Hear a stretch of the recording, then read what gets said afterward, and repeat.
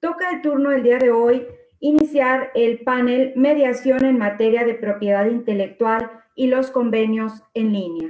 Antes de dar inicio a este panel, me voy a permitir presentar a las diferentes personalidades que lo componen. Nos acompaña la maestra Claudia Patricia Pérez Aguirre, directora de arbitraje en el Instituto Nacional del Derecho de Autor. Contamos también con la presencia de la maestra Olga Mercedes García Villegas Sánchez Cordero. Ella es titular de la Notaría 95 de la Ciudad de México y mediadora certificada con fe pública número 562 de la Ciudad de México.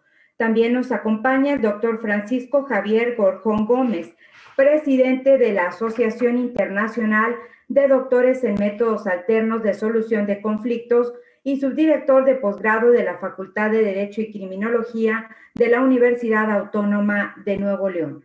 Agradecemos la presencia también de la maestra Sandra Garza Cavazos.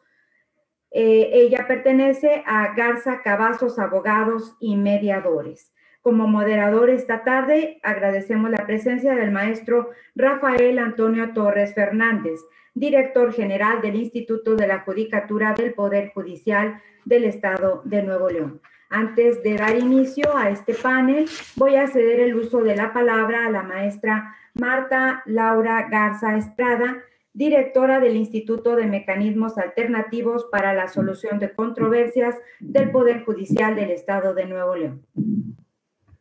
Muy buenas tardes, es un placer coincidir con todos ustedes y agradecerles a todos su preferencia y que nos estén acompañando a la distancia de manera virtual en este panel denominado Mediación en materia de propiedad intelectual y convenios en línea. Y quisiera dar un breve homenaje a quien en este momento tendría que haber estado aquí, pero bueno, uno propone y Dios dispone y lo llamó a estar ahora sí al lado de nuestro Señor, a nuestro querido amigo Hugo Contreras de la Madrid. Él es el encargado culpable de que todos estemos aquí en este momento, en este panel, donde se conjuntan dos temas tan importantes, mediación y propiedad intelectual. Y haciendo un breve recontextualizando quién era Hugo, yo les puedo decir que en lo personal, un gran amigo, una gran persona, que siempre estuvo preocupado por promover la cultura de la paz y que en todo momento, nunca me voy a olvidar de cuando llegó como director del instituto, bueno, del Centro de Justicia Alternativa del Estado de México, de la Ciudad de México, cómo con esa mirada de, bueno, a ver, vamos a ver si esto funciona, y cómo se fue enamorando en el camino de estos mecanismos alternativos. Y prueba de ello es que después de estar en otra institución, en Indautor, estuvo preocupado porque estos procesos se implementaran en derechos de autor, en Indautor, y se firmó un convenio de colaboración con el Poder Judicial del Estado de Nuevo León. Trabajamos juntos de la mano en este contexto y es pues una tarea que me quedo en lo personal y en lo profesional para poder lograrlo, y me da mucho gusto tenerlos a todos juntos aquí porque es cristalizar el proyecto que tenía Hugo. Y en ese contexto nos permitimos hacer este homenaje a través de este video que les compartimos. Adelante, Iván.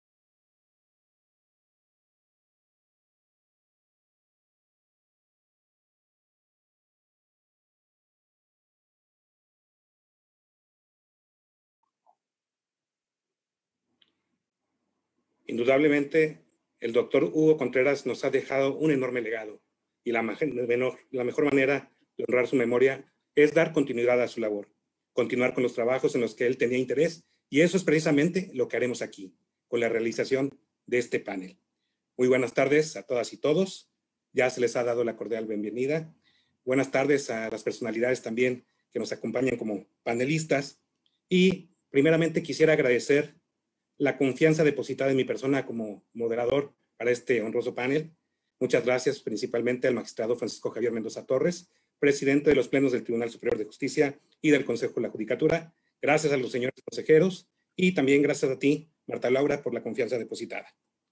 Bien, la participación de este panel se ha dividido a fin de poner en contexto el tema principal que nos ocupa, que es precisamente la mediación dentro de los conflictos donde se pudiesen ver involucrados los derechos de autor. Iniciaremos hablando respecto a las particularidades del mediador como fedatario público, así como el convenio derivado de la mediación que dirigió, y también la fuerza legal que contiene. Posteriormente abordaremos el tema del procedimiento de aveniencia contenido en la Ley Federal de Derechos de Autor y su reglamento, las particularidades de los mecanismos alternativos donde se ven involucrados los derechos de autor y cuáles son las actividades que sobre el particular viene realizando la Dirección de Arbitraje del Instituto Nacional de Derecho de Autor. Finalmente, también abordaremos el procedimiento que puede realizarse en caso de un conflicto transnacional. Informo que la mecánica será la siguiente. Habrá 2 intervenciones por cada uno de los panelistas. La primera de ellas tendrá un máximo de 15 minutos y una vez concluidas todas las ponencias, se les concederá una vez más el uso de la voz por un máximo de 3 minutos para que den una reflexión final o bien una conclusión. A continuación, le cederé el uso de la voz a la maestra Olga Mercedes García Villegas. Y pues sabemos, maestra, que en muchas ocasiones, al desconocer el común de las personas, cómo son los procedimientos y los alcances que tienen los mecanismos de solución de controversias, no acuden con los facilitadores o los mediadores porque piensan que deben de ser atendidos por una autoridad, desconociendo el grado de autoridad que tiene el mediador o el facilitador. Y esto lo hacen porque quieren tener certeza del convenio o del acto jurídico que quieren realizar y prefieren muchas veces realizarlo ante las autoridades. Lo digo porque el de la voz funge como juez y en muchas ocasiones se les invita a que pasen con algún facilitador o algún mediador, se les canaliza inclusive al Instituto de Mecanismos Alternativos de Solución de Controversias del Poder Judicial y la respuesta que se recibe es no, porque yo quiero que sea una autoridad quien me resuelva. ¿Qué nos podría usted referir sobre estos cuestionamientos sobre la fe pública que puede tener el facilitador o el mediador y la fuerza legal que tiene el convenio y también, sobre todo, cuáles son el perfil o las características que debe tener este tipo de mediadores? Gracias, maestra Olga. Les doy el uso de la voz. Rafa, te agradezco mucho el que me abrieras la pauta para iniciar la conversación. Y antes quiero unirme al homenaje de Hugo Cuauhtémoc Contreras Lamadrid, muy bien representado en este acto por mi querida Claudia Pérez, cercanísima colaboradora de él. Una vez dicho lo anterior, comienzo abriendo con las preguntas que me dijiste, ¿no? Uno, el mediador es fedatario público. Así lo dispone la Ley de Justicia Alternativa del Tribunal Superior de Justicia para el Distrito Federal. Entonces, me permito empezar diciendo qué se entiende por fe pública, ¿no? La fe pública es la facultad autenticadora otorgada por el Estado, muy importante para mí, al fedatario para que la sociedad reconozca como cierto lo asentado por ellos en un documento. Y esto precisamente es, como tú bien lo dijiste, lo que conforma la garantía de la seguridad jurídica. Ahora bien, voy a llevar toda mi ponencia a concluir, y esto es muy importante en mi punto de vista, que solo el Estado debe tener el imperio para determinar los requisitos que los particulares deban reunir para ser fedatarios. Y únicamente quienes cumplan esos requisitos estarán dotados de la fe pública. Quienes no estarán dotados de la fe pública. Primera respuesta a tu cuestionamiento. Segunda respuesta a tu cuestionamiento, y luego ya sigo con mi ponencia, ¿no? ¿Cuál es el efecto jurídico de un convenio celebrado ante un mediador? Insisto, entendido el mediador como fedatario. 1. Tiene fuerza de cosa juzgada. Tiene fuerza de cosa juzgada. Y 2. Es un título ejecutivo que trae aparejada ejecución. De ahí la importancia de que el mediador reúna ciertos requisitos para ser fedatario. Una vez, ahora bien, yo voy a hablar de los códigos procedimentales de la Ciudad de México, de las leyes de justicia alternativa de la Ciudad de México. Ahorita, como todos sabemos, está en el Congreso debatiéndose una ley federal, pero como todos sabemos, por el artículo 121 constitucional del principio de entera fe y crédito, lo que cada mediador haga atendiendo a las reglas locales tendrá plena fuerza en las demás entidades federativas, tal como lo dispone el artículo 121 constitucional. Bien, entonces, tengo 10 minutos. Si te pido, por favor, Rafa, que cuando esté cerca a los 2 minutos, de 10 a 15 minutos, me pares y ya distribuirás tú mi ponencia que te la di ayer por escrito, ¿no? Claro. Entonces, en primer lugar, gracias, Rafa. La fe deriva del latín fides. Implica creer en algo que no nos consta. En el ámbito jurídico es creer en la veracidad de un documento por disposición de ley. En particular, en el convenio de mediación celebrado ante un mediador certificado por el Tribunal Superior de Justicia. Este documento, este convenio celebrado ante mediador certificado por el Tribunal Superior de Justicia, es un documento público atendiendo al artículo 327 del Código de Procedimientos Civiles de la Ciudad de México. Y el 443 del mismo código adjetivo instituye que traen aparejada ejecución los convenios emanados del procedimiento de mediación que cumplan con los requisitos previstos en la Ley de Justicia Alternativa del Tribunal Superior de Justicia, que vamos a ver más adelante, que tienen que ser registrados en el Centro de Justicia Alternativa del que fue director Cuauhtémoc Hugo durante muchos años, hizo un papel muy relevante ahí, ¿no?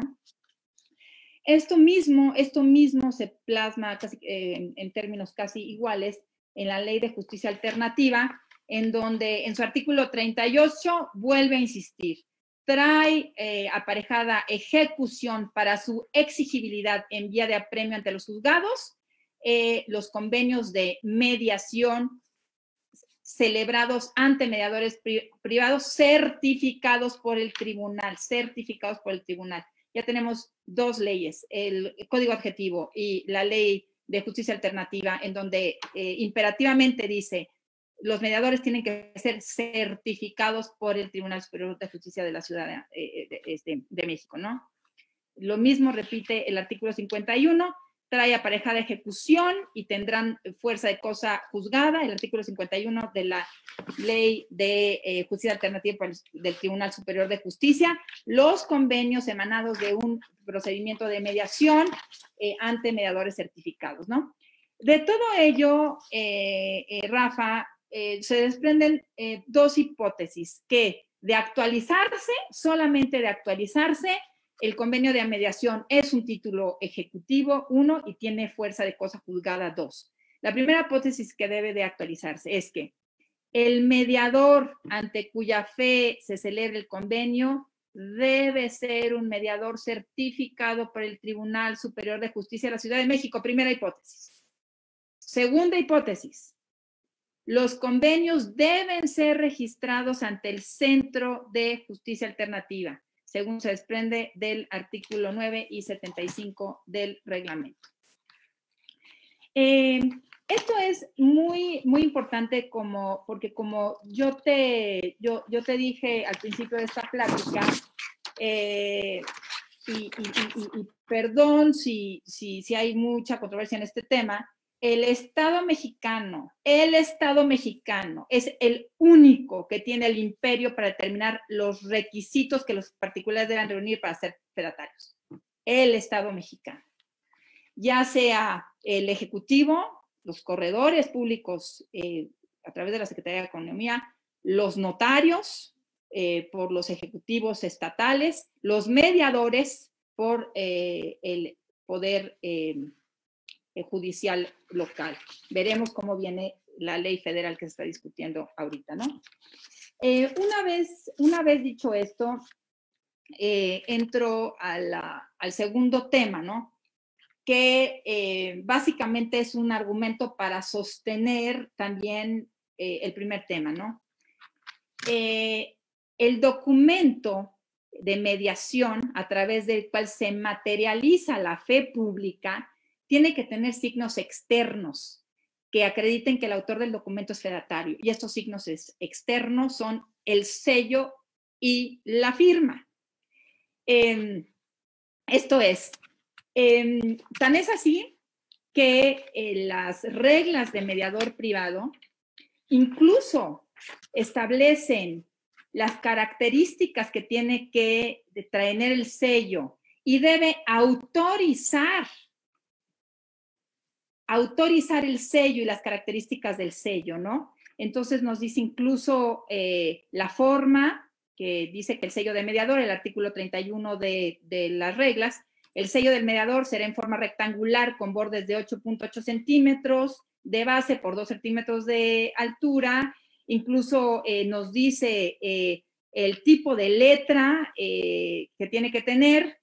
Y todo ello, Rafa, porque el sello, haciendo un símil, es como el cetro. Esto es el bastón de mando, símbolo de autoridad, confeccionado con materiales valiosos. Si nosotros no tenemos la autorización del centro para elaborar el sello con las características que establece el artículo 31 de las reglas del mediador, no podemos exteriorizar nuestra fe pública a través de esos signos externos. El sello. 2, la firma del fedatario es también un símbolo externo que acreditan que es fedatario. Este tiene que ser registrado en el Centro de Justicia Alternativa y también tiene que ser registrado en el Registro Público de la Propiedad de la Ciudad de México. Y el artículo 36 de las mismas reglas es muy claro al señalar que el mediador debe imprimir su sello y su firma en tinta indeleble en los convenios de mediación, copias certificadas y constancias que expidan en términos de la ley, ¿no? Ahora bien, habiendo recorrido los artículos que fundamentan que el mediador es fedatario, 10 minutos ya pasaron, ¿verdad? Sí. Que gracias. Dijimos hasta 15 minutos, no te preocupes, Olga. Sí, sí. Sí. Una vez recorrido el camino y fundamentado que el mediador en la Ciudad de México es fedatario, y es fedatario siempre y cuando esté certificado por el Tribunal Superior de Justicia de la Ciudad de México, y los convenios elaborados ante su fe tienen fuerza de cosa juzgada y son título ejecutivo, si se registran en el Centro de Justicia Alternativa, vamos a ver las características de la fe pública. Una, la primera característica de la fe pública es la evidencia. El fedatario hace constar el hecho ajeno y en las certificaciones narra los hechos propios.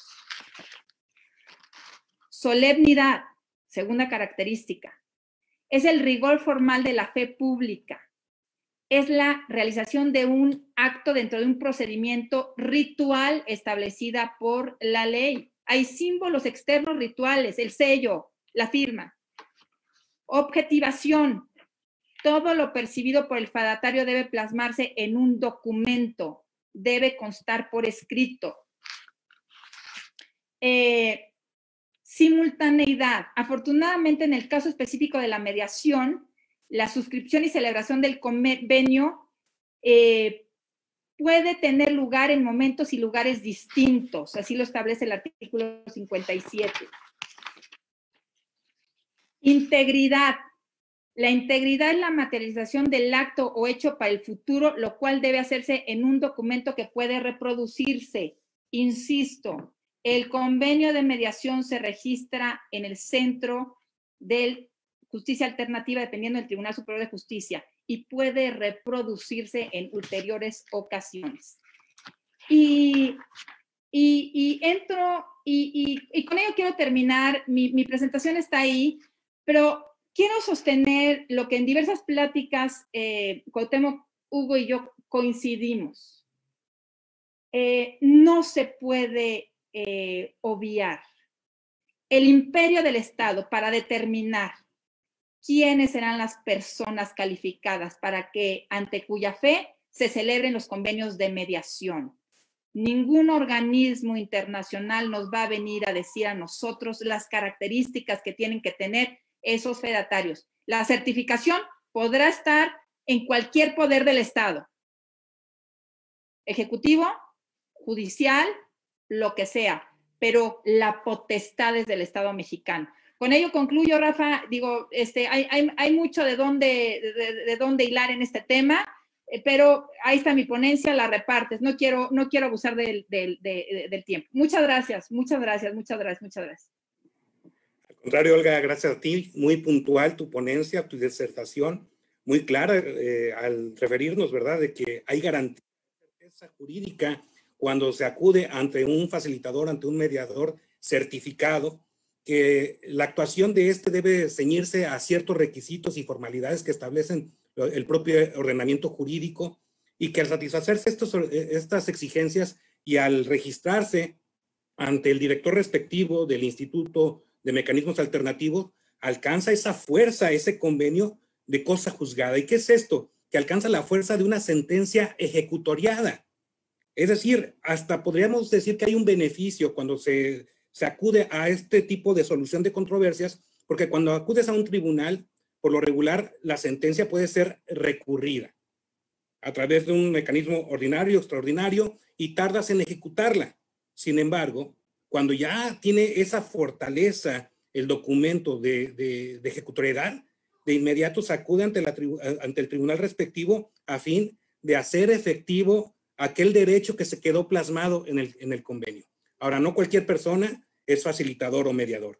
Debe de cumplir con ciertos requisitos, pasar por un proceso para obtener su certificación. Muchas gracias, Olga. Muy puntual tu disertación. Y bien, podemos decir que este tipo de procedimientos dan esa garantía, esa certeza al gobernado. Y yo quisiera darle ahora el uso de la voz a la maestra Sandra Garza Cavazos, Y hemos visto que respecto a estos procedimientos de solución de conflictos, existe uno en particular contenido en la Ley Federal de Derechos de Autor, consistente en el procedimiento de aveniencia. Sandra, ¿qué precisiones nos podrías referir respecto a este tipo de procedimiento y cuáles son las áreas de oportunidad que tú has advertido en el mismo? Muchas gracias, maestro Rafael. Pues así brevemente agradecer la oportunidad que me dan de estar en este panel con personas tan distinguidas y obviamente a la maestra Marta Laura y al presidente del tribunal que nos han hecho esta invitación para estar aquí con ustedes. Muchísimas gracias. Bueno, efectivamente, tratándose de propiedad intelectual, hay un procedimiento regulado por la Ley Federal de Derecho de Autor que se llama procedimiento administrativo de avenencia.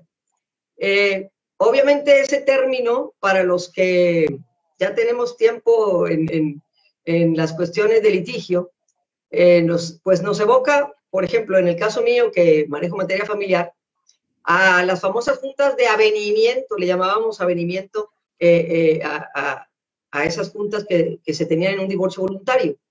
Bueno, a lo que me quiero referir es que mucho antes de que tuvieran lugar los mecanismos alternativos como hoy los conocemos, de que incluso estuviera plasmado en el artículo 17 constitucional ese derecho humano de los mecanismos alternativos, pues había en las codificaciones de procedimientos civiles, procedimientos pues algo parecidos, vaya. Obviamente el arbitraje pues hace mucho, pero bueno, se facilitaba de alguna manera tener estas reuniones conciliatorias entre las partes. Bueno, pues en la Ley de Derecho de Autor no, y justamente está previsto un procedimiento que se le llama de avenencia, como ya lo dije, y prácticamente, así rapidito, voy a recorrer el procedimiento rápido para después pasar a áreas de oportunidad. En este procedimiento interviene el instituto, o sea, el indautor, y las partes, ¿verdad?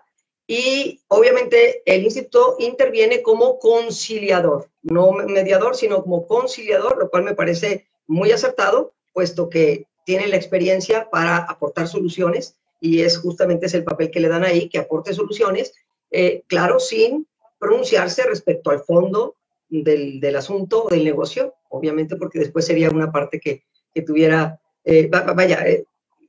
tendría una calidad como de autoridad que, bueno, no podría pronunciarse de ninguna manera respecto al fondo. Pero bueno, entonces este procedimiento inicia, dice la ley, con una queja que presenta la parte que se considere agraviada en sus derechos, en los derechos derivados de la ley. Y pues la queja tiene los requisitos muy parecidos a una demanda. Me refiero a hacer pues, nombres, domicilios, acreditar la personalidad, hacer una relación sucinta de los hechos, ¿verdad? Entonces, muy parecido a lo que tenemos para la presentación de una demanda.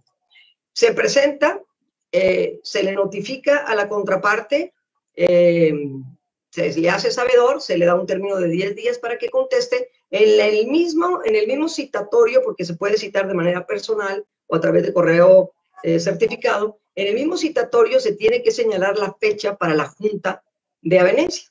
Ahí mismo, por eso un procedimiento rapidito, dicen que en 20 días hay que señalar la fecha para la junta, y que la junta va a tener lugar con y sin contestación. Es decir, independientemente de que la parte no haya contestado, la contraparte no haya contestado, hay que comparecer. Pero hay un dato muy importante que se apercibe a las partes de que de no comparecer a la junta de avenencia, se les podrá multar. Ya está ahí con UMAS, como siempre, un margen discrecional de la multa, pero bueno, hay un apercibimiento, si hay una sanción, vaya, si no compareces a la junta.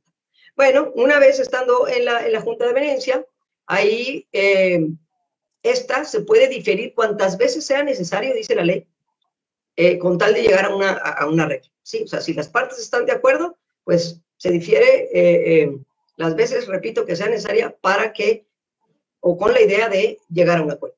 Si no se llega a un acuerdo, bueno, pues se les hace a las partes de todas maneras una exhortación para que recurran al procedimiento de arbitraje regulado en la propia ley y que se lleva en el propio instituto y que la maestra Claudia, que me va a continuar en el uso de la palabra, pues nos hablará de eso, ¿sí? Pero entonces, eso es una que a mí me pareció una, pues muy bonita ventaja, porque te dicen, ok, bueno, no pudiste arreglar aquí, bueno, todavía aquí te podemos ofrecer otra cosa. ¿Qué te ofrecemos? Pues un procedimiento de arbitraje, pues para evitar un procedimiento judicial, que aun y cuando sabemos es adversarial, el arbitraje puede ser pues más rápido para las partes, ¿no? Y mejor, ¿no? Si se llega a un convenio en esa junta de averencia, las mismas características que señalaba también antes la maestra Olga, tendrá el carácter de cosa juzgada y título ejecutivo, ¿sí? Fíjense qué interesante que ya estaba eso en la ley, está en muchas otras leyes federales. Entonces, aquí me recuerdo en el panel que estaban hablando sobre las iniciativas para la Ley General de Mecanismos Alternativos, que está ahorita en discusión, bueno, que decían, es que los estados tienen más experiencia o han estado más adelantados en mecanismos alternativos, ciertamente resulta cierto en muchos casos, ¿sí? Sin embargo, la federación también tiene procedimientos de este tipo en sus diferentes leyes. Entonces, pues habría que, ahora sí que homologar todos estos procedimientos, en mi opinión, digo, que están en las diferentes leyes federales, homologarse una vez que se emita esa ley general. Pero bueno, entonces tenemos hasta ahí, pues lo mismo que tendríamos acá en mecanismos alternativos, que se eleva la categoría de, de cosa juzgada y título ejecutivo. Bueno, muy bien. ¿Cuáles son las áreas de oportunidad que yo veo? Bueno, una que es meramente formal, terminológica, es decir, pues como que ya decir procedimiento de avenencia suena a viejo, ¿verdad? Suena a antes, sí, así hacíamos antes, ¿no? Entonces, a lo mejor sí sería bueno, pues, un poquito cambiar la terminología para que esté más ad hoc y hablar ya de un procedimiento de conciliación. Hay otra cosa que me llama la atención. Sabemos que las características de los mecanismos alternativos es la gratuidad. Me parece que el procedimiento es gratuito, solo que sí dice la ley que hay que pagar para presentar esta queja, ¿verdad?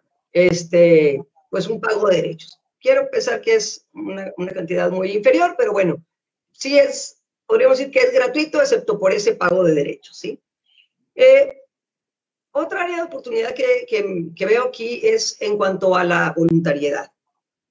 Sí, efectivamente, no continúa o no se llega a un arreglo si las partes no quieren y listo. Sin embargo, hay una multa. Entonces, esa multa creo que se debe de eliminar si realmente queremos cumplir con el principio de la voluntariedad, ¿sí? Es decir, se le hace la invitación, el mismo término, queja, ¿verdad? Pues a lo mejor una solicitud, hablarle, en lugar de llamarle queja, llamarle una solicitud, llamarle una invitación, ¿verdad? Porque la misma palabra siento que predispone a la contraparte. Si en lugar de queja te estoy invitando o estoy solicitando un procedimiento de conciliación para que lleguemos a un acuerdo, ya el solo citatorio que llega, pues me parece que hace una reacción muy diferente en la contraparte. Entonces, en general, me parece que el procedimiento podría tener estas áreas de oportunidad buscando que se asemeje pues lo más posible, y si no es que totalmente compatible, con los principios que hoy día tenemos respecto a los mecanismos alternativos de solución de controversias. Entonces, pues esa es mi aportación en el sentido de que los derechos de propiedad intelectual se ven tan vulnerados como cualquier otro derecho, y que pues los artistas, editores, escritores, etcétera, sepan que antes de cualquier solución judicial, ¿verdad? O buscar una solución judicial, pues pensé que sepa que la misma ley tiene contemplado este procedimiento, ¿sí? Y que si no es suficiente, bueno, todavía se pueden ir al arbitraje dentro de la misma ley, y creo que todos los operadores de estos temas de derechos de autor o de propiedad intelectual en el sentido amplio, pues debieran estar más informados. Creo que falta más difusión, ¿sí?, en relación a estos procedimientos. Y bueno, pues por mi parte, creo que es todo. Muchísimas gracias, estimada Sandra. También muy puntual tu intervención, muy sintetizada, muy comprensible, y efectivamente todo es perfectible, ¿verdad? Y a lo mejor ahorita contamos con un procedimiento, como bien lo has dicho, a lo mejor no con una terminología adecuada de aveniencia, con algunas, ¿qué podríamos decir? Aristas que unan un poquito con lo que es la amigable composición, lo que son los mecanismos de solución de controversias, como es la multa a la que refieres, la denominación del escrito que le da origen al procedimiento de llamarlo queja. Pero sin embargo, yo creo que vamos encaminados, ¿no? Poco a poco, y pues continuamos con el trabajo también con las autoridades legislativas para hacer las reformas correspondientes. De igual manera, pues es importante contar con este tipo de procedimientos para evitar, como algunos dicen, un desgaste al acudir con las autoridades judiciales, y no es nada más un desgaste económico, es un desgaste emocional, y muchas veces a través de este tipo de procedimientos podemos concretizar a través del diálogo una mejor solución a la conflictiva que presentamos. Pero también es importante saber qué tipo de derechos son los que se están ventilando o involucrando en este tipo de procedimientos. Ahorita en tu parte final hacías referencia a que los artistas, ¿verdad? Indudablemente hay ocasiones de que una frase de alguna canción es utilizada en alguna otra canción, en alguna obra literaria o alguna pintura o otro tipo de aspectos, ¿verdad?, artísticos, que puede dar pie a una pugna, y existen este tipo de procedimientos precisamente para solucionarlos.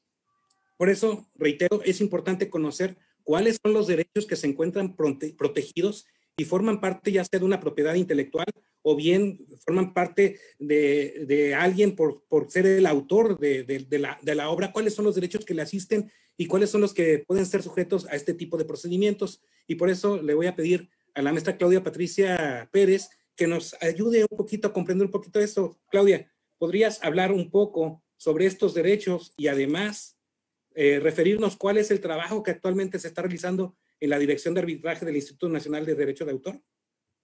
Claro que sí, Rafa, muchas gracias. Antes que nada, quisiera agradecer primero al magistrado presidente Francisco Javier por la invitación, y en particular a Marta, querida amiga y organizadora también de todo este evento.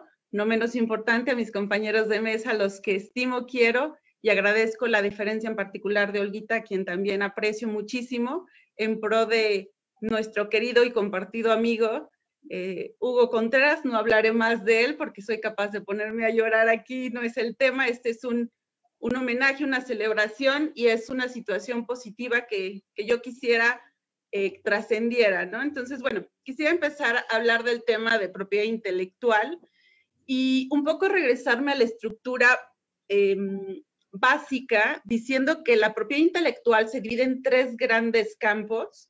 El primero de ellos es la propiedad industrial, que está a cargo del Instituto Nacional de la Propiedad Industrial, el INPI, y este va a regular marcas, patentes, invenciones, toda la cuestión industrial, todo lo que tenga que ver con el tema empresarial respecto de lo que nosotros tenemos la concepción de marcas.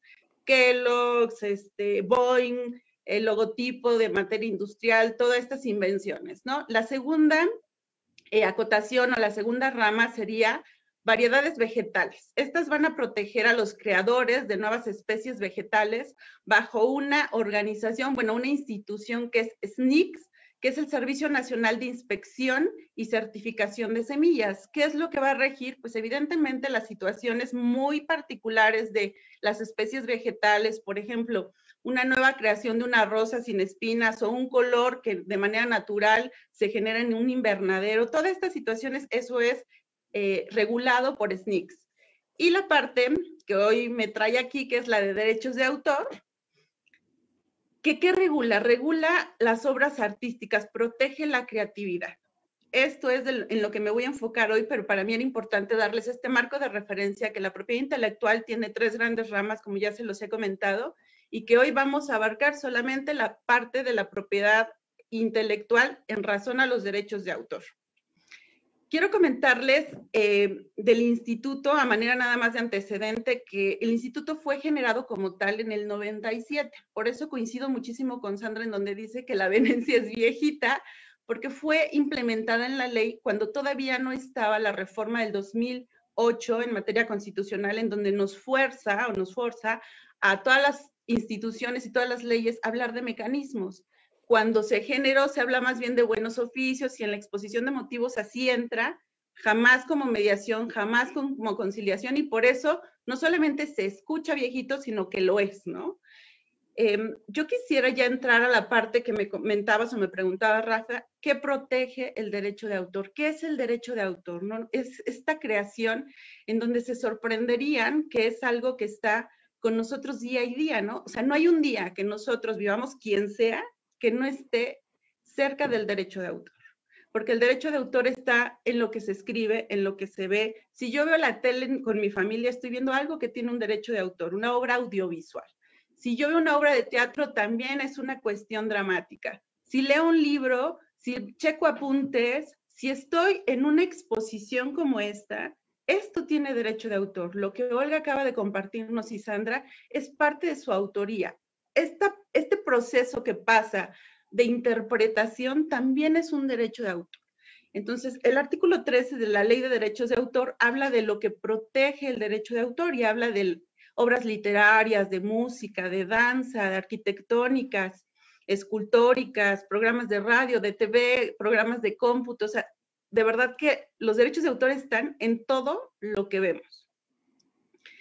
Es importante saber también que no es materia de derecho de autor, ¿no? Los refranes, por ejemplo, son tan de uso común que no son protegidos por el derecho de autor. Por eso todos los podemos decir sin citarlos. O sea, todos sabemos frases a lo mejor que dijo Sabines o Benito Juárez, y viene abajo, ¿no? Benito Juárez.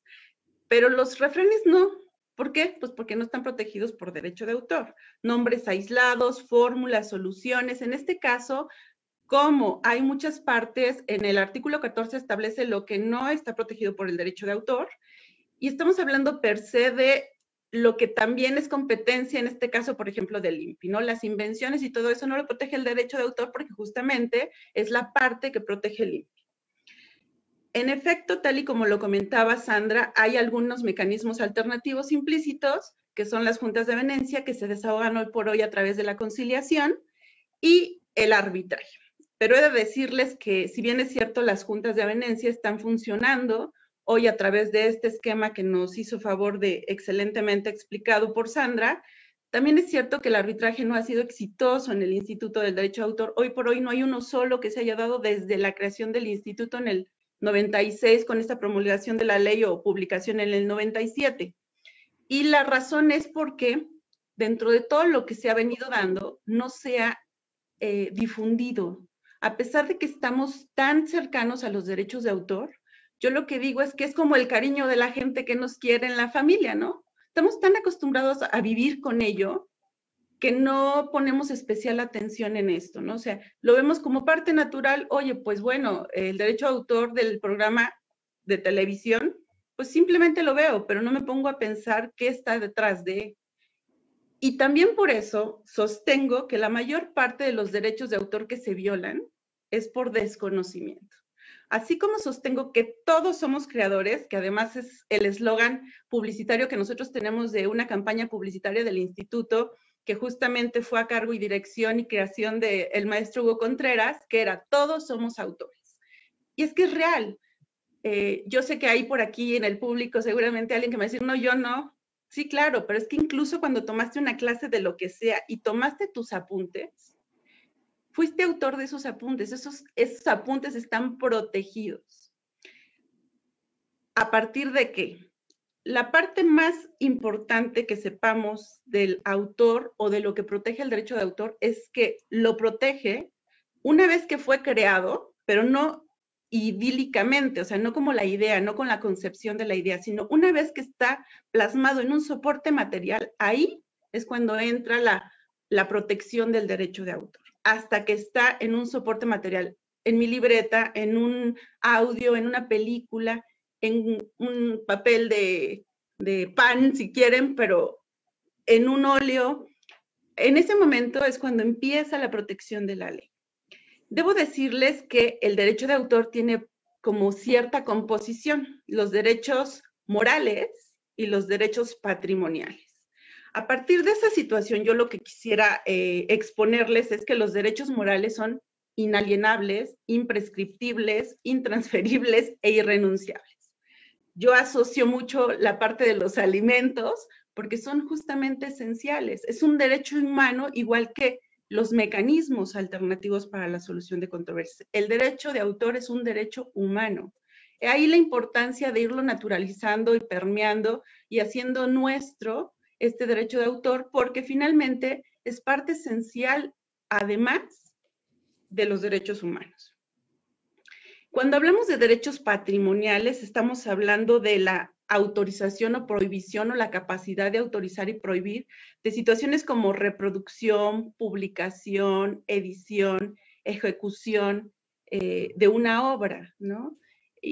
Y es importante también identificar que en esta razón de derechos mediables y no mediables o derechos disponibles y los que no lo son, y entrar muy puntualmente a la parte en donde yo quisiera dejar clarísimo que los derechos morales en atención a la autoría son irrenunciables. O sea, algo que jamás va a poder entrar a mediación o a un proceso judicial es que yo le diga a quien sea, ¿sabes qué? O sea, esto, no importa que yo lo haya hecho, tú preséntalo como tuyo, ¿no? O sea, ese derecho finalmente de paternidad se tiene y no es renunciable, o sea, no vamos a poder hacer un convenio en donde digamos, no, pero yo le di permiso de que él fuera el autor, o sea, eso no es mediable, no es posible que podamos entrar en eso, así como el tema de la divulgación, que es cuando el autor dice, bueno, quiero que se conozca mi obra, ¿no? No reproducción, sino cuando por primer contacto, por así decirlo, se hace abierta esa obra, ¿no? Que es la diferencia entre la divulgación y la reproducción o explotación de la obra. Quisiera, porque el tiempo es muy breve, platicarles de los asuntos que más se llevan a cabo en el instituto en razón de estas avenencias. Y es que nosotros tenemos algo que se llama sociedades de gestión colectiva, más allá de que nosotros la tengamos, existen, son como pequeñas sociedades que representan a grupos de autores en diferentes rubros, como ya les dije, son muchos, danza, arte, audiovisual, ¿no? Por ejemplo, sociedades de autores y compositores, y ellos vienen solicitando en esa calidad de representación y de convenios internacionales que tienen, a través de esta queja, la solicitud de personas que usualmente son dueños de establecimientos y utilizan y ponen, o sea, yo sé que nosotros veríamos como una manera muy natural, bueno, pues si tengo un restaurante para amenizar, pues pongo a Luis Miguel, a Mijares, a Manuel, o dependiendo el giro de mi negocio, pondré a quien yo crea, ¿no? Pero simplemente esa explotación de esa música tendría que generar unas regalías para el ejecutante, para el intérprete y para el autor, que no necesariamente son la misma persona, pero sí que en el momento que yo lo utilizo, si bien es cierto, no cobro por venir a escuchar música, sino para venir a comer, en este supuesto que estemos hablando de un restaurante, sí estoy utilizando esto para amenizar y para obtener un beneficio. Y algo que está muy asociado y que también quisiera que quedara muy claro en el tema de una violación al derecho de autor es que el lucro no es necesario que se dé para que haya una violación. Yo puedo utilizar algo sin permiso del autor y no ganar un peso. Y eso también implica una violación al derecho de autor. Hay reglas, se tiene que citar, se tiene que limitar, tiene que ser no fusilármelo, no decir que yo lo dije y que se me olvide el nombre, una serie de situaciones que son más bien de sentido común, pero no lo son tanto, ¿no? Tan es así que de pronto pudiera ser un evento, un curso de capacitación y no tengo la previsión de a todas las personas que van a hacer una exposición, decirles bajo una carta que me firmen en donde yo pueda hacer uso de este discurso las veces que sea necesario, con ejercicios, a lo mejor sea oneroso o no oneroso, pero esa carta tendría que ya ser incorporada de manera natural a todos estos foros, a todas las cuestiones públicas que impliquen una reproducción de este derecho de autor que tenemos de lo que estamos diciendo. Entonces, esa es a lo mejor una invitación al margen de todos los amigos míos que son mediadores y organizadores de eventos, ¿no? Quisiera decirles que estas representaciones o estas sociedades de gestión colectiva usualmente vienen a hacer esta solicitud de regalías, así se llaman, por el uso y explotación muy comúnmente en establecimientos comerciales de estas pues canciones, videos, que es lo más común, en hoteles, en restaurantes, pues en establecimientos en general. Esas son las conciliaciones que más seguidamente se están haciendo por parte del instituto. Quisiera comentarles un asunto muy particular en relación a las expresiones culturales y tradicionales, llámese los tenangos, la talabartería, la alfarería, todas estas. Mi querido Hugo decía que era nuestro derecho vivo, porque tú vas en otros países a un museo y ves lo que hacían, pero aquí se está haciendo. Entonces, ¿cómo proteger esto y la complejidad del derecho? ¿No? Es algo que yo quisiera exponer con ustedes en relación a cómo está hoy el derecho de autor al respecto de estas culturas y expresiones culturales tradicionales, porque es un derecho disperso, es un derecho muy complejo. ¿Por qué? No puedo registrar un tenango justamente porque no es de una persona, es de una comunidad, ¿no? Y les platico rápidamente antes de que se me acabe el tiempo de, por ejemplo, los tenangos. Yo soy de Hidalgo, tengo el orgullo de ser de Hidalgo, no de Tenango, pero sí de Hidalgo, y hay una comunidad que se llama San Nicolás, que dice que ellos son los originarios que hacen los dibujos, pero también los dicen lo del tenango y los de otra comunidad. Entonces, ¿quién es el titular de ese derecho? ¿Quién es el que firma la demanda? ¿O quién es el que solicita la avenencia?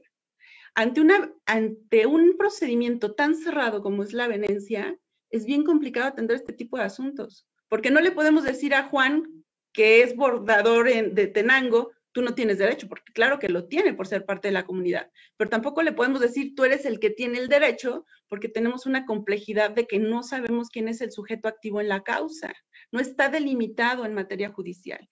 Y para esto, me parece que estamos trabajando fuertemente, no solamente para la implementación, como bien decía Sandra, para que diga conciliación. Estamos trabajando para la implementación y naturalización de que diga mediación, conciliación y justicia restaurativa, porque este es un asunto que solo se puede atender a través de la justicia restaurativa, en donde regresemos esa pertenencia, esa identidad a las personas que son dueñas de este conocimiento tradicional, que es estructura de su ser. Entonces, en la medida que podamos entender que conciliación y mediación no es lo mismo, dicen mis queridos amigos de la OMPI, Leandro Castro, Leandro Toscano y Leandro de Castro, que no hacen especial como aclaración de qué es mediación y conciliación, pero yo como soy un amante ferviente de la mediación, sí digo, a ver, claro. Y la parte más importante y diferente de esto es no que el tercero proponga o no, eso es lo de menos. Lo demás es lo que generan las personas que participan en el conflicto, es decir, cómo se responsabilizan, cómo hacen suyo y cómo finalmente la solución es de ellos o con ayudita, o sea, no es lo mismo. Y aunque me digan que sí, yo siempre voy a sostener hoy desde aquí, desde un lugar que agradezco a mi querido Hugo haberme brindado y el amor que yo tengo hoy a la propiedad intelectual es gracias a él, que no es lo mismo. Y estamos trabajando, ya nada más me robo un minuto más, estamos trabajando y hemos estado trabajando en los mecanismos a través de la implementación a cargo de Hugo que inició y que Marta nos ha ayudado muchísimo en ese tema. Hemos firmado un convenio de colaboración con Nuevo León el 6 de julio pasado, en virtual, en línea, con esta nueva modernidad. Y no solo eso, ha sido generoso el presidente y generosa Marta en esta capacitación que hemos recibido 23 funcionarios públicos del instituto en sistema de mecanismos alternativos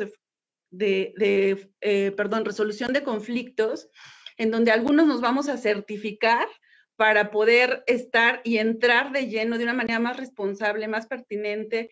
Y me encanta el efecto institucional, porque ya toda la gente quiere saber de mecanismos, ya quiere saber más, ya quiere saber de justicia restaurativa. Yo les digo, esperen, o sea, paso a paso, pero ya se quieren comer el mundo en tema de mecanismos y es algo que se lo debemos siempre a la colaboración del licenciado Francisco Javier, la ayuda de Marta y, por supuesto, al legado que siempre será de él, que es de Hugo Contreras. Decía mi querida Olga que estoy en lugar de Hugo, pero por decisión y por elección yo digo no, jamás alguien va a estar en su lugar. Ese lugar es suyo y lo que hizo es de él y la trascendencia es de él, con ayuda, por supuesto, de todas las personas que estamos involucradas y comprometidas con el proyecto, pero ese sigue siendo suyo. Y ya me pasé, perdóname, Rafa, muchísimas gracias.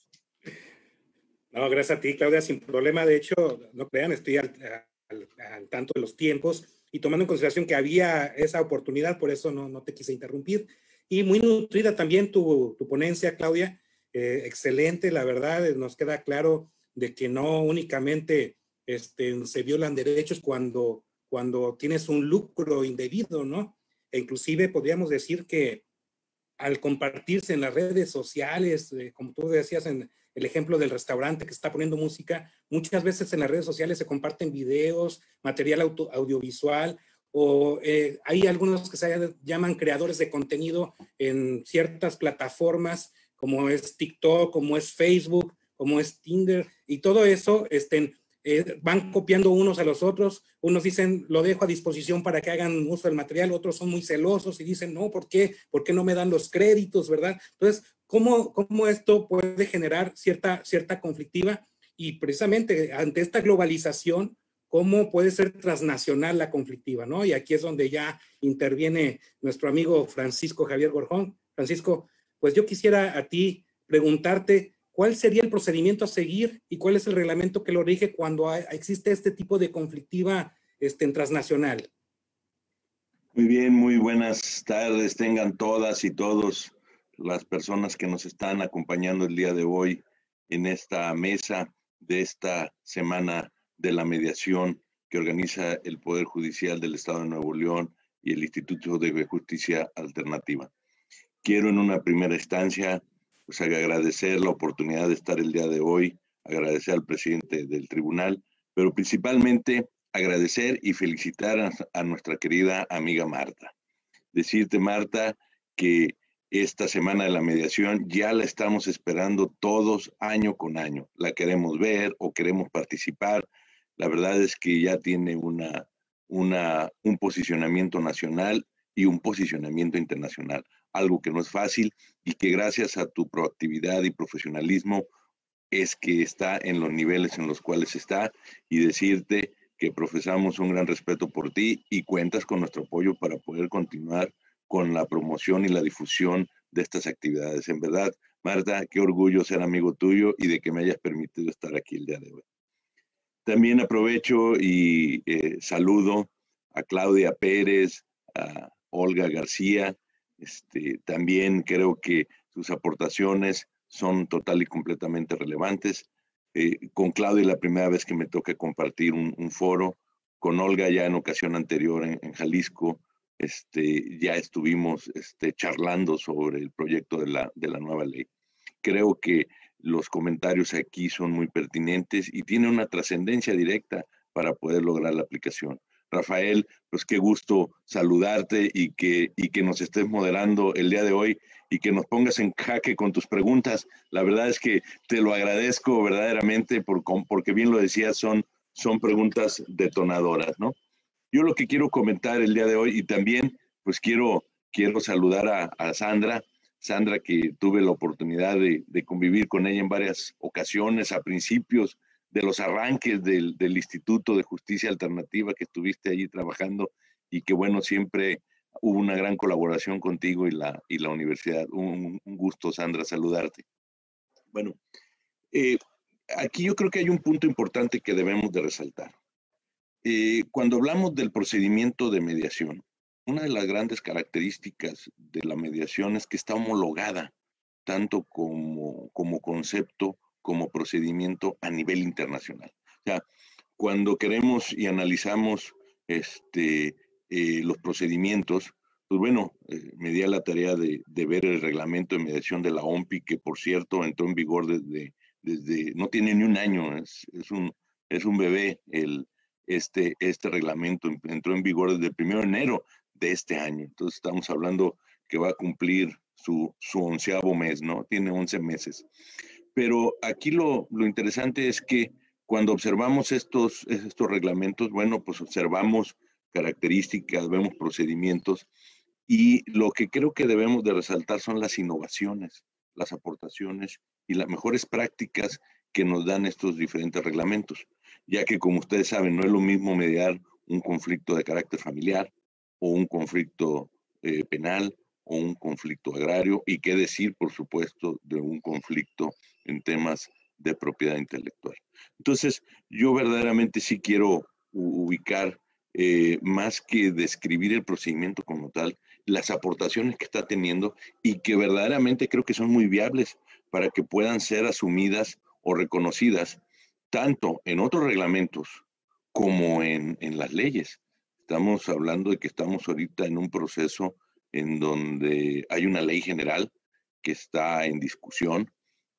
Bueno, ya tenemos 3 proyectos, ¿no? Entonces habrá que ver a ver cuál será el bueno, pero si nos centramos entre el más viejo y el más nuevo, a lo mejor el intermedio es el que de una u otra manera ha generado un poco más de polémica.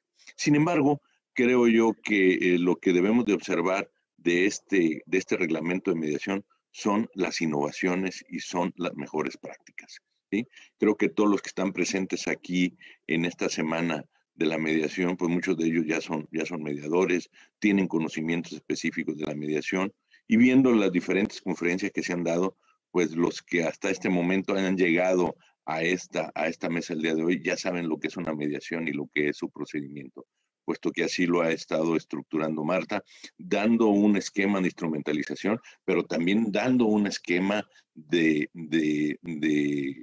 innovación en relación a estar actualizados a lo que debemos de hacer, a ver todas las áreas de oportunidad. Entonces, el primer punto que yo veo aquí como una gran aportación es la validez que tiene el acuerdo de mediación. Estamos hablando de que se presenta como la posibilidad de que tú puedes acceder a este procedimiento suscribiendo tú un contrato, o hablamos de una cláusula de mediación dentro de un contrato, y lo menciona así, como cláusula de mediación o como un contrato separado. Fíjense qué interesante, la fuerza que este reglamento le pretende dar a ese acuerdo de mediación, como sucede en el caso del arbitraje. Creo que esto se deriva de la práctica depurada que se tiene por parte de la OMPI en relación al arbitraje, donde tú suscribes una cláusula arbitral o un convenio arbitral y te sometes al mismo procedimiento, y tiene una total y completa validez esa cláusula arbitral.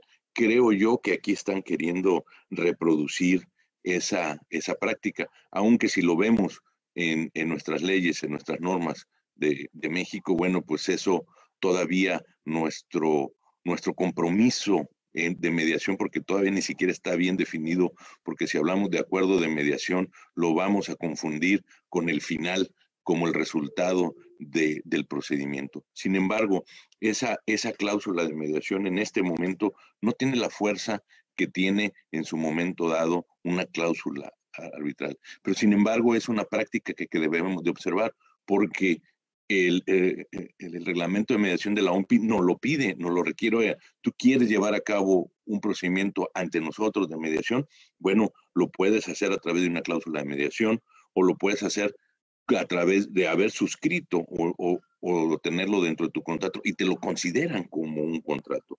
Y esto, pues a su vez, nos da la posibilidad de tener uno o varios mediadores. Obviamente, dependiendo del nivel y del tipo de conflicto, será la cantidad o el número de mediadores que van a intervenir. Pero también aquí surge alguna idea interesante. Estamos hablando de que cuando define al mediador, dice que solo un mediador o todos los mediadores cuando se han nombrado más de uno. Entonces, yo creo que aquí se abre la posibilidad de la comediación en este procedimiento, y hay que ver que este tipo de asuntos son asuntos extremadamente técnicos, ¿sí? no estamos hablando de que radican solamente en la voluntad en relación a un acuerdo de un compromiso determinado, sino que tiene una cantidad de condicionantes técnicas, a lo cual a lo mejor espero no estarme equivocando y decir alguna barbaridad, que este también es un arbitraje técnico al hablar de la propiedad intelectual, de las marcas, de las patentes y obviamente también de los derechos de autor, que dentro de la propiedad intelectual creo que los derechos de autor se encuentran un poco más claros o socializados a lo que estamos acostumbrados. Pero cuando de propiedad intelectual se habla, pues se hubo un nivel de carácter técnico altísimo. Entonces, también podemos ver que tenemos opciones de cuándo debe de iniciar el mismo procedimiento de mediación. El procedimiento de mediación, pues bueno, al igual que sucede, bueno, nosotros siempre solicitamos o acudes a ese centro de mediación, pero ¿cómo vamos a acudir nosotros? Bueno, tenemos dos opciones, ya sea yendo las dos personas ante el centro o yendo solamente una. En el caso de que van las dos, bueno, pues no lo vuelve tan complejo, pero cuando hay una que nada más va una de las personas, bueno, pues entonces se requerirá hacer una solicitud específica por escrito y obviamente mostrar o dejar en ese escrito el domicilio, el lugar. Obviamente te están solicitando el texto del acuerdo de mediación. Y aquí vuelvo yo a regresar en donde lo están poniendo casi como una condicionante. Claro que si no hay el acuerdo de mediación por escrito, pues eso no es óbice como para que no se acepte. Sin embargo, nos empiezan a condicionar o a formar una cultura en donde debe de haber un acuerdo de mediación previo. Imagínense cuando sucede este tema o sería muy compatible con las cláusulas MEDARP. Sí, yo creo que aquí sería una cuestión total y completamente ad hoc para esas cláusulas MEDARP. Entonces, se deberá de presentar el escrito, la solicitud y obviamente poner y señalar cuáles son los conflictos. Esto es algo tradicional, pero a lo que yo voy es nuevamente a que me está pidiendo ese acuerdo. Y hay algo que me resulta interesante y que creo que puede ser una innovación. Hablan de que a petición de una de las partes se puede nombrar un intermediario externo.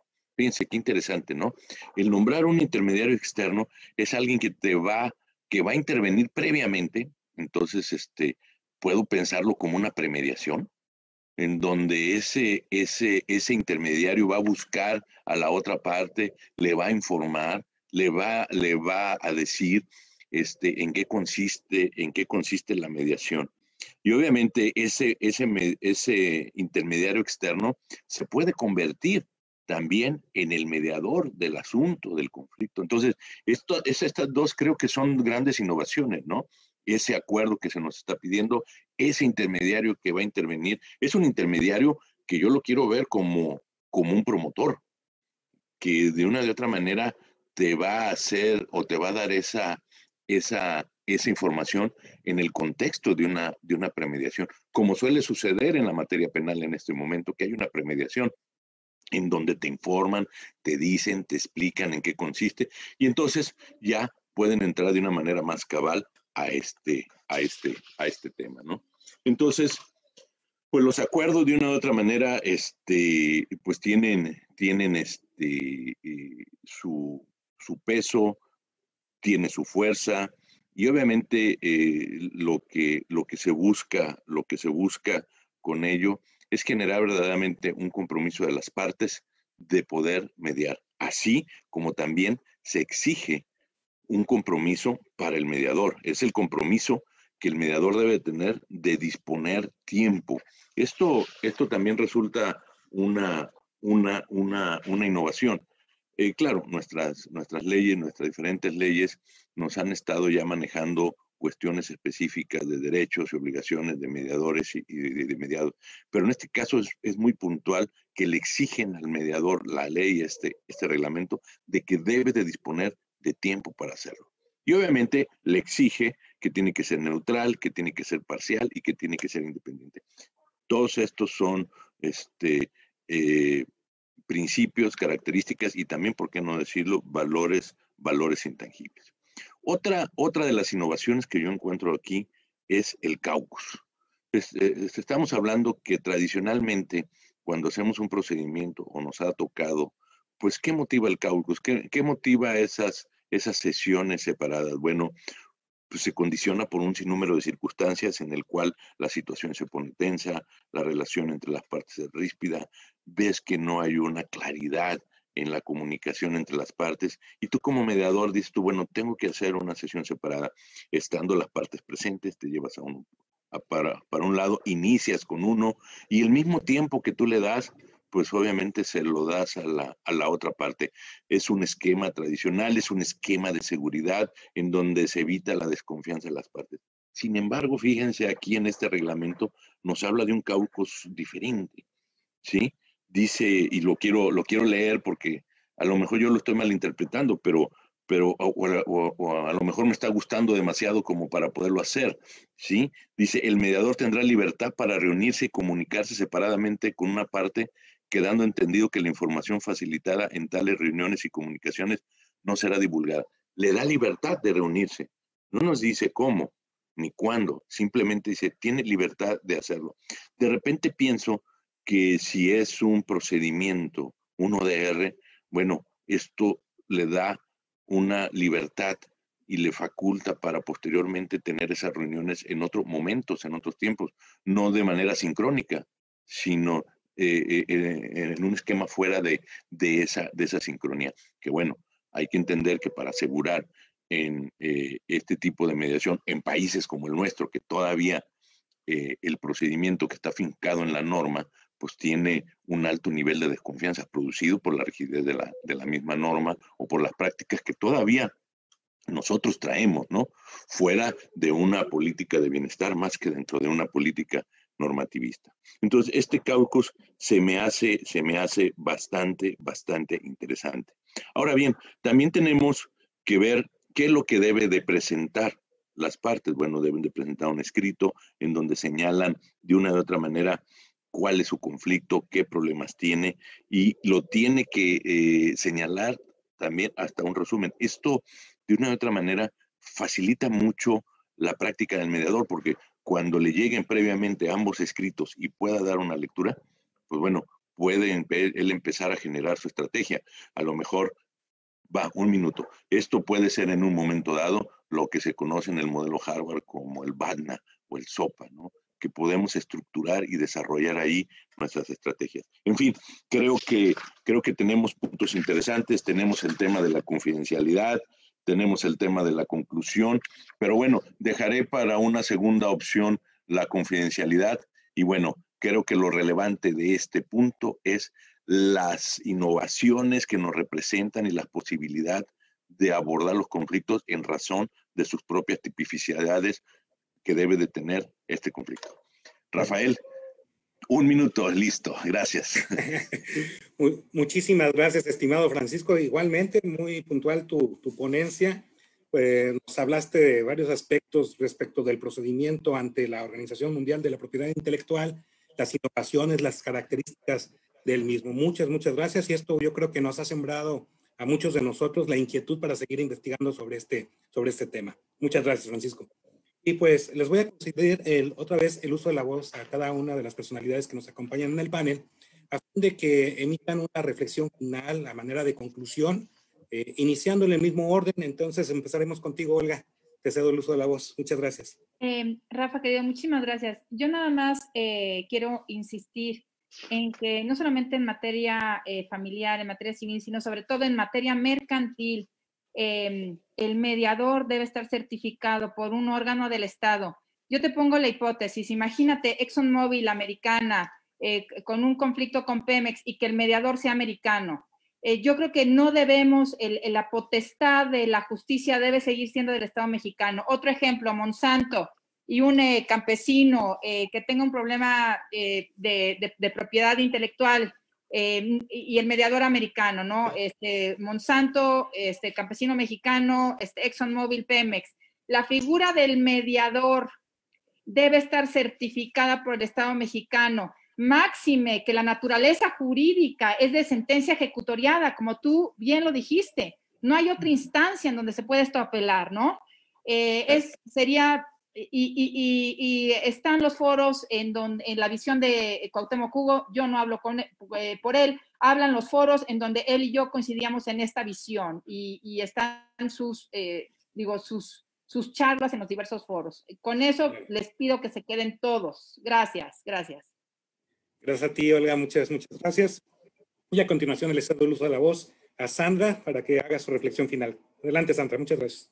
Gracias, Rafael, muchas gracias. Pues en relación a lo que apuntó Claudia, de que, bueno, están capacitándose, están haciendo pues un esfuerzo para brindar a todos los, a todas las personas cuyos derechos están protegidos por la ley de derecho de autor, es muy importante que efectivamente se haga el cambio en la ley para que se adecue realmente a los mecanismos alternativos, justamente porque no solo es cuestión de terminología, es cuestión de procedimiento, es cuestión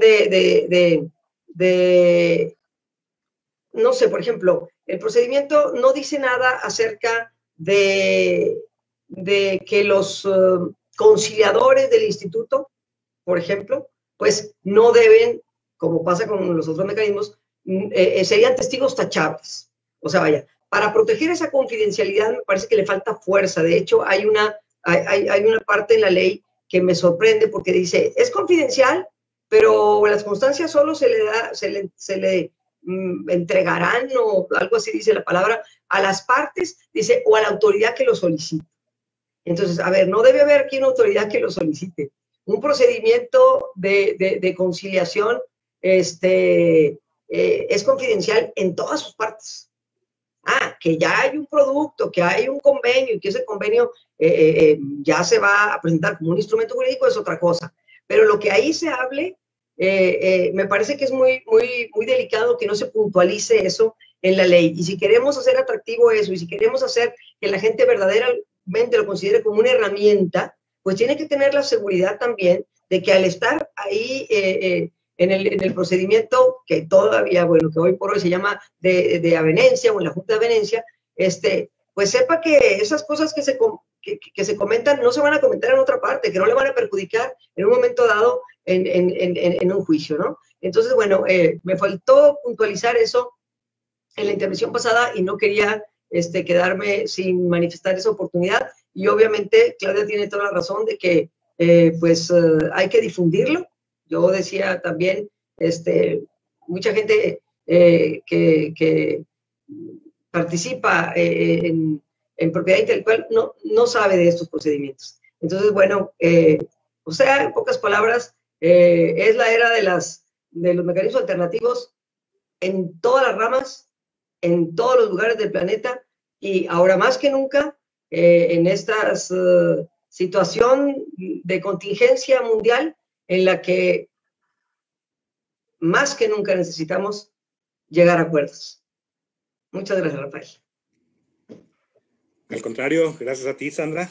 Muy comprensible tu reflexión. Y a continuación le daré el uso de la voz a mi estimada Claudia Pérez. Claudia, adelante con tu conclusión, por favor.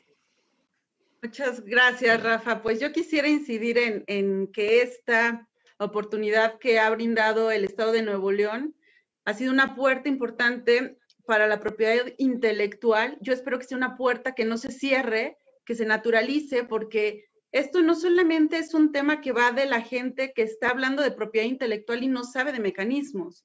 ¿Por qué no decirlo también en un ejercicio de responsabilidad? Que mucha gente que habla de mecanismos tampoco sabe de propiedad intelectual. Entonces, me parece que es un área de oportunidad muy importante en la que hemos venido desarrollando y creciendo. Antes todos los mediadores conocíamos de todo y ahora la especialización viene siendo un elemento importante. Si bien es cierto, no es un requisito, sí ayuda muchísimo para la solventación de las problemáticas que se presentan, que conozcamos la naturaleza de los conflictos, porque también entra en un marco de legalidad, de lo que sí podemos convenir, de lo que vamos a plasmar en un convenio que tiene carácter de cosa juzgada. Coincido absolutamente con Sandra en relación de que tiene que ser una reforma de ley, una reforma de ley que quiero decir a grito que hemos trabajado desde hace más de 1 año y medio y que hoy todavía no está a nivel de propuesta de ley, pero que no vamos a soltar bandera hasta que lo consigamos. Me parece que todos los que hemos estado inmersos en los procedimientos o los mecanismos alternos sabemos que es picar piedra, picar piedra, picar piedra, sobre todo cuando se implementa, ¿no? Yo recuerdo cuando inicié en el estado de Hidalgo que me tocó la implementación, de verdad que era una lucha de semáforo tal cual, ¿no? Entonces, hoy para mí es un trabajo que no puede parar, que no puede dejarse. Vamos a trabajar en una reforma, en principio, regulatoria a partir del reglamento, porque la ley pareciera que nos está dando muchas complicaciones, ¿no? Y aquí quisiera yo citar de nueva cuenta a mi querido amigo Hugo, decía, no me digas cómo no, dime cómo sí, ¿no? Entonces, el cómo sí para la implementación de los mecanismos fue a través de un activismo constitucional que se implementó aquí en el Centro de Justicia, en el Indautor, en donde ya se han llevado digamos, veladamente asuntos de mediación, en donde he tenido el honor de participar en los primeros asuntos de propiedad intelectual que se han llevado en México en materia de derechos de autor, gracias a esa oportunidad y ese activismo constitucional bajo el cual era el cómo sí. Y la verdad es que estoy segura que este panorama más amplio, más, pues más responsable en atención a lo que día a día venimos teniendo como individuos, porque todos somos autores. Y voy a aprovechar para hacer un comercial y les voy a pedir que registren sus obras, ¿no? Si bien es cierto, están protegidas a partir de obviamente, como dije, de que estén en un recurso material, es muy importante registrar, es muy importante normalizar y hacer el uso de estos recursos que nos está dando el Estado, ¿no? Facilita mucho la defensa de nuestros derechos cuando hay un registro de ello. Y todos de verdad somos autores, les animo. A veces uno tiene una poesía que hizo en un día romántico, un libro, un artículo, una ponencia. Yo les digo, regístrenla, o sea, de verdad, protejan sus derechos, más allá de un tema de envidia, de decir no quiero que nadie los use, es como preservar esta cultura por respetar lo que el otro hizo y enaltecerlo, ¿no? Entonces yo creo que ahí quedaría mi participación y todo el trabajo que se está haciendo y que se va a seguir haciendo con Nuevo León, con la OMPI. Somos, gracias también a esta dirección de Hugo, un país que está en pro internacionalmente de los derechos de autor y del uso de mecanismos por un memorándum de entendimiento que se firmó con la OMPI, y estamos súper cercanos y súper hombro a hombro trabajando con ellos, y así estoy segura que vamos a seguir. No quiero perder la oportunidad de nueva cuenta, aunque suene repetitivo, de verdad, de agradecerles a todos la deferencia, el acompañamiento y el amor que se me ha brindado en esta etapa difícil, sobre todo a Marta y a ustedes por ser mis compañeros de mesa, en que de verdad me siento muy, muy orgullosa y muy agradecida por este espacio. Muchísimas gracias, Rafa. Al contrario, gracias a ti, Claudia. Mucho éxito en este nuevo emprendimiento. Estoy seguro que vas a llevar excelentemente ahí la dirección y sobre todo trabajando, como tú dices, interinstitucionalmente para seguir avanzando en esa, ¿qué podemos decir? En ese trabajo ya anticipado anteriormente, ¿verdad? Mucho éxito y a continuación les doy el uso de la voz a mi estimado Francisco Gorjón para que emita su reflexión final, por favor. Muy bien, Rafa, pues muchísimas gracias por darnos esta segunda vuelta. Solamente quería comentar un par de innovaciones más de este reglamento en el cual podemos considerar. Hay un punto aquí interesante que creo que vale la pena que los mediadores podemos observar y que aunque muchas veces lo hacemos, pero lo hacemos de una manera pragmática o de una manera muy cuidada, es la solicitud de información complementaria a las partes, ¿no? Entramos en el proceso y tenemos que usar toda una estrategia para que las personas ofrezcan más información. Aquí, de manera directa, en este reglamento, pide o faculta al mediador la posibilidad de que él solicite esa información complementaria. Eso es diferente a que muchas veces tenemos que hacer la estrategia sabiendo por nuestro expertise que necesitamos más información.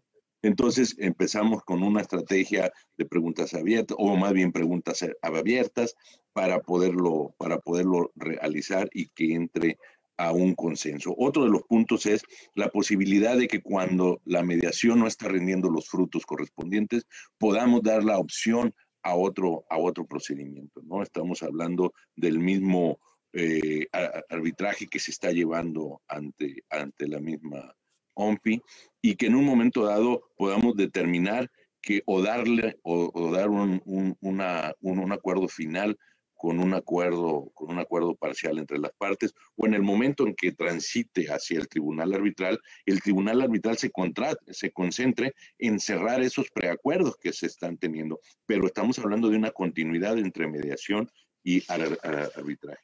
Otra de las posibilidades que nos está dando es la posibilidad de que la confidencialidad no aplique, siempre y cuando las partes así lo determinen. Claro, eso lo veo un cuanto tanto complicado, porque cuando esto sucede es porque la confidencialidad es un beneficio para ti ante el hecho de no poderlo haber resuelto. Sin embargo, ¿qué pasa si las partes realmente llegaron a un acuerdo y requieren alguna acción complementaria?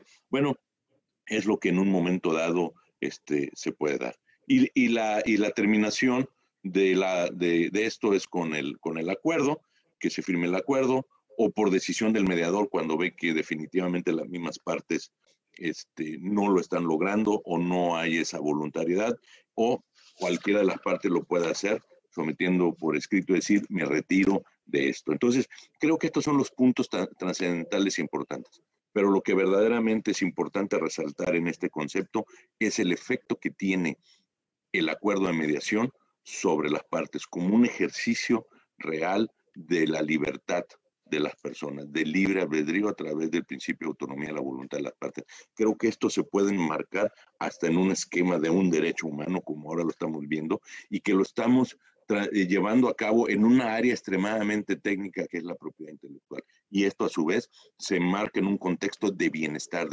social y de bienestar particular hacia las personas de quienes están hablando. Al grado que ante un conflicto tan de carácter técnico, también podemos hablar de una situación de que el acuerdo de mediación le produce felicidad. ¿Ante qué situación? Haber alcanzado las expectativas que se estaban cumpliendo en el arreglo de mediación, en el cual trabajaron un acuerdo en relación de los intereses, respetando los intereses de las otras partes.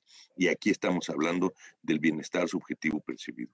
Todo se traduce en estas cuestiones como una cuestión de carácter patrimonial o una cuestión de carácter económica, porque esos son los derechos que están en juego cuando hablamos de la propiedad intelectual. Entonces, creo yo que estamos sintonizados en un esquema de bienestar, social, y obviamente desde la percepción de las personas se cumplirá a cabalidad el fin que ellos persiguen y el respeto y la gestión y transformación del conflicto en razón de sus intereses.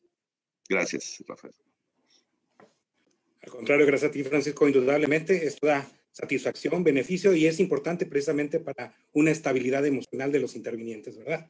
Y con esto concluimos este apartado de la ponencia, y me han estado llegando algunas preguntas que han hecho nuestro amable auditorio y se las voy a realizar a cada uno a quien vaya dirigida. La primera de ellas, y voy a leer protegiendo la propiedad intelectual del autor de la pregunta, voy a leer el nombre tal cual está. Algunas veces utilizan su seudónimo, su nombre de usuario.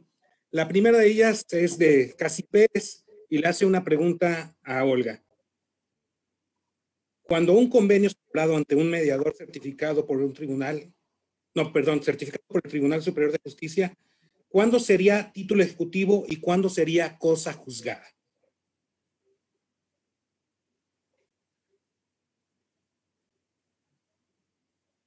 A ver, vamos tú que eres juez, querido Rafa, vamos a ver qué es un título ejecutivo y dos, qué es que tenga fuerza de cosa juzgada. El que tenga fuerza de cosa juzgada es una sentencia ejecutoriada, esto es, que ya no puede ser apelada. Eso es la definición de que tenga fuerza de cosa juzgada, sentencia ejecutoriada.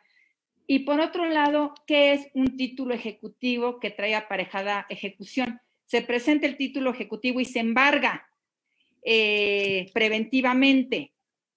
¿Qué son títulos ejecutivos? Los que marca el Código de Procedimientos Civiles. Por ejemplo, el primer testimonio de un notario público. El artículo para el que te preguntó, si me permite, en el artículo 443 del Código de Procedimientos Civiles de la Ciudad de México, enlista los documentos que traen aparejada ejecución. Esto es, en vía de apremio se presenta el título ejecutivo y se embarga. Entonces, no es lo mismo el concepto de cosa juzgada, que significa sentencia ejecutoriada que ya no puede ser apelable, y la otra cosa, un título ejecutivo que trae aparejada ejecución. Primera parte de la respuesta. Segunda parte de la respuesta. ¿Qué se requiere para que un convenio de mediación tenga, por un lado, el estatus de sentencia ejecutoriada en términos del artículo 327 y en otro lado título ejecutivo que trae aparejada ejecución en términos del artículo 443, dos requisitos legales? Uno, que el mediador sea un mediador certificado por el Tribunal Superior de Justicia, y dos, que el convenio debe ser registrado en el Centro de Justicia Alternativa. No sé si quede, si he dado respuesta a la duda, y si no, con mucho gusto regreso. Si puedes preguntar si he dado respuesta o no he dado respuesta.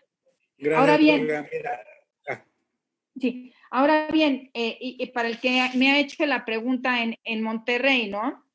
Actualmente todos sabemos que la ley general está en discusión, pero como yo les decía, el artículo 121 constitucional de la entera fe y crédito, lo que hagan los mediadores allá en Nuevo León, tienen que tener son también en México, en la Ciudad de México, tienen plena fuerza legal, atendiendo al 121 constitucional. También quiero decir eso. Gracias, Olga. Ahorita no hay manera de saber, a mí me están pasando las preguntas ya, las que recabaron de los comentarios, pero a la persona que realizó la pregunta, si tiene todavía duda, puede hacérnoslo saber ahí a través de los comentarios, y más adelante tal vez a través de correo electrónico le podamos dar respuesta, ¿verdad? Continuando con las preguntas, esta va dirigida a ti, Claudia. Es de parte de la licenciada Verónica Rangel. ¿Las presentaciones de los maestros pueden también tener derechos de autor? Los docentes, cuando hacen sus las presentaciones. Y cuando hacen sus presentaciones los docentes, me imagino que va a ser la pregunta. ¿Esos también pueden tener derechos de autor? Por supuesto que sí. Digamos que, por supuesto que sí. O sea, la respuesta es un sí absoluto. Ahí hay que tener nada más en cuenta que a veces la presentación que nosotros estamos realizando, tal cual nos copiamos el libro, y ahí hay que ser cuidadosos, ¿no? Porque recordemos que lo que va a tener protección es esta transformación que nosotros hacemos de un conocimiento y lo hacemos propio, ¿no? O sea, esa incorporación nuestra que sale de nosotros, de nuestro cerebro, de nuestra concepción, es nuestro hijito, y eso es lo que va a tener, obviamente, la protección del derecho de autor. No per se la presentación, o sea, si yo me puse en la presentación una poesía de Sabines o el libro de Derecho Procesal tal cual, complicado es el tema, pero si hay una interpretación, un digerir ese conocimiento y hacerlo propio, ahí sí. Bien, gracias. Esta pregunta la realiza María Angélica Bracho. Creo que la divide en dos partes y la deja abierta a cualquier panelista. Dice, ¿cuál es el derecho de autor tangible y no tangible? Y el derecho de autor en relación con el sistema aduanero referente a traslados o circulación. No entiendo la pregunta. Bueno, lo puedo dividir. ¿Hay derechos de autor tangibles y no tangibles? ¿Quién nos podría hablar un poquito de eso? Adelante, Claudia. Que yo creo que se refiere a la reforma de ley que se hizo en razón del TEMEC y de lo de lo que se reprodujo en eso. Sí debo de decir que de derechos de autor se habla de la reproducción de una obra, o sea, el número de libros, el número de copias, pero cuando se habla de una situación aduanera, quiero pensar que se refiere al tema de la reforma del TEMEC y está totalmente en cancha del INPI, ¿no? Es un tema de propiedad industrial en esa situación en la transportación. Si fuera un derecho de autor tendría que ser evidentemente pues tratándose del número de reproducciones y cómo está llegando esta obra, a dónde está llegando, que sea legal esta reproducción, ¿no? SEMPRO, que es la organización que se dedica a esto de editores, está muy al tanto porque la piratería de libros es durísima, pero quien persigue esta situación por la distribución sí es el INPI, no el INDAUTOR, ¿no? O sea, si bien es cierto, es una infracción, es un uso no autorizado de estas obras, habrá que ver que esta distribución está siendo regulada a partir de esta reforma por el Instituto de Propiedad Industrial, ¿no? Por el INPI. Muy bien. No me quiero ensañar contigo, Claudia, pero Gabriela Martínez tiene una pregunta para ti. Yo entendí que el arbitraje es el que nos ha llevado en Indautor, ¿verdad? Sin embargo, la pregunta de ella va en este sentido. ¿Nunca se ha llevado a cabo un procedimiento de conciliación en Indautor? No, eso sí. Claro, no, de conciliación sí. De hecho, el título que tienen las personas que conocen las avenencias son conciliadores, aunque debo de ser muy honesta con la situación real. Nosotros entendemos como expertos en mecanismos que la conciliación es la participación activa de un tercero ajeno que va a incorporar propuestas objetivas y neutrales al asunto. Hoy lo que se tiene, hablando de esta situación un poco retrógrada o un poco no actualizada, es que en el instituto se busca un espacio para que las personas vengan y ellos se ponen de acuerdo, pero la participación que tiene este tercero conciliador no es particularmente activa, no es con estas situaciones que ya tenemos aquí en el Indautor, pero que no se tenían de activación de la preguntas, reformulación, contexto, todas estas herramientas es algo que no se venía utilizando, que estoy segura que ahora que se otra vez revive el instituto, se van a dar como tal, pero entonces, a ver, se tiene el espacio y se ha tenido desde el 97 para llevar a cabo estas juntas, pero si me preguntas, en un sistema real, práctico, ¿son conciliaciones? Yo te diría no. Porque además nuestros conciliadores tienen tanto miedo en esa línea divisoria de decir, pero no pueden pronunciarse respecto del fondo del asunto, que no lo hacen, ¿no? Pero en esencia, estructuralmente, claro, la ley habla de conciliar las partes, ellos son conciliadores y están con las partes en donde promueven este espacio para que ellos se pongan de acuerdo, ¿no? Sí creo que para que sea tal cual, nombre y apellido, conciliación, falta un poquito de participación activa de este tercero, pero sí que se han dado conciliaciones real, ¿no? O sea, tampoco es que en todas las veces nada más se sienten a ver, no. O sea, tenemos una participación no tan activa como estamos acostumbrados expertos en mecanismos, pero sí se han llevado, y sí, en efecto, lo que no se ha llevado son los arbitrajes, ¿no? Gracias, Claudia. También recibimos un par de preguntas de Roberto González. La primera de ellas va encaminada a la licenciada Olga y refiere, ¿esta fe pública de la que usted habla tiene que estar en la Ley General de Métodos Alternos? ¿Qué pasaría si no tuviera fe pública el mediador? Mira, es lo que yo siempre he expuesto en todos los foros que me han invitado. Fue el centro de mi exposición, ¿no?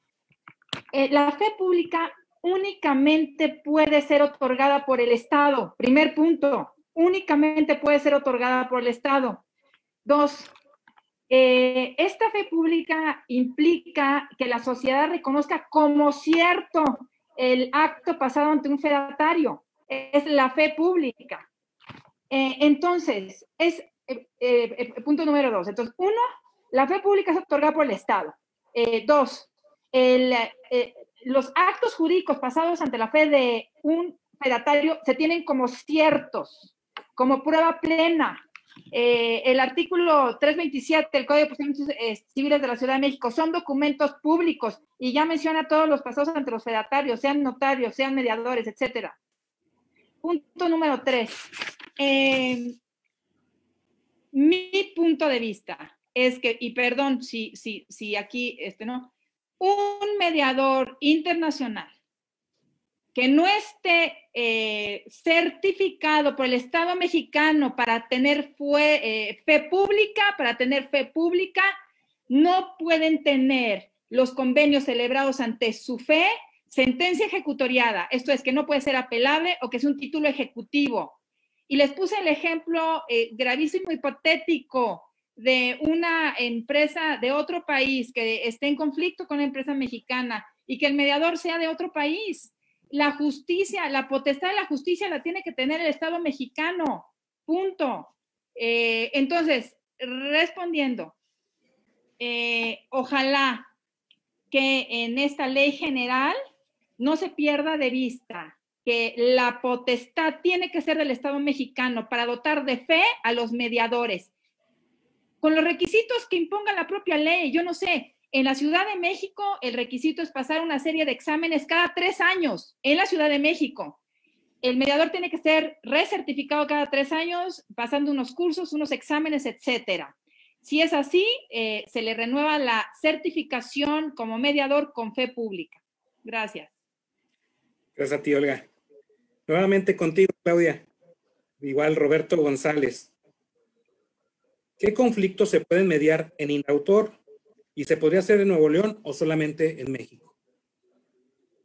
Ok, pues todo lo que, digamos, se tenga en la ley, hay derechos de autor incluso que, más bien, hay figuras que no son consideradas como un derecho de autor, pero por supuesto que entran en la posibilidad de ser mediables a través del instituto.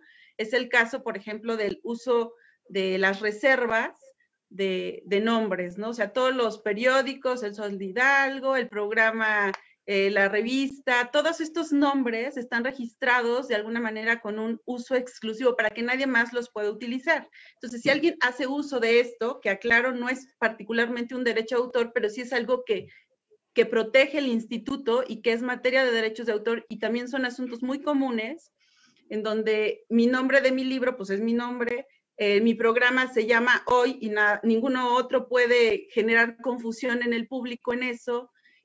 Todo esto, ¿no? Son, obviamente, a lo mejor el uso de una obra, si alguien utiliza un libro que yo escribí sin citar que es mío, eso sería una falta.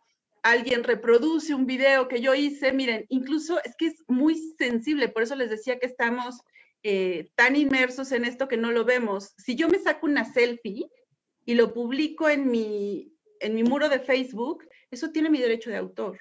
Y el hecho de que esté en un ambiente público no quiere decir que tú lo puedas usar para una propaganda, por ejemplo, ¿no? Para lo que sea. O sea, todo eso es uso de derechos de autor, las regalías, si yo tengo canciones, si yo tengo composiciones, de veras, es que en todo está el derecho de autor y todo eso está protegido por el derecho de autor. ¿Cuáles son los asuntos que sí? Pues todos esos en donde yo sienta que soy titular de un derecho, porque tengo que ser titular de un derecho y sentirlos vulnerables para poder venir a solicitar este recurso de avenencia, este procedimiento de avenencia que hoy por hoy es el que está vivo en el instituto y es a través del cual estamos, digamos, ofreciendo esta vía alternativa para la solución de conflictos, todavía no tan con nombre nada más, sin apellido, en donde estamos trabajando para que diga mediación, conciliación, pero todo aquello que considera un derecho de autor que está, como les decía yo, en el artículo 13 de la ley viene todas las obras que están protegidas y por ahí en un capítulo más adelante viene lo que son reservas de uso de nombre exclusivo,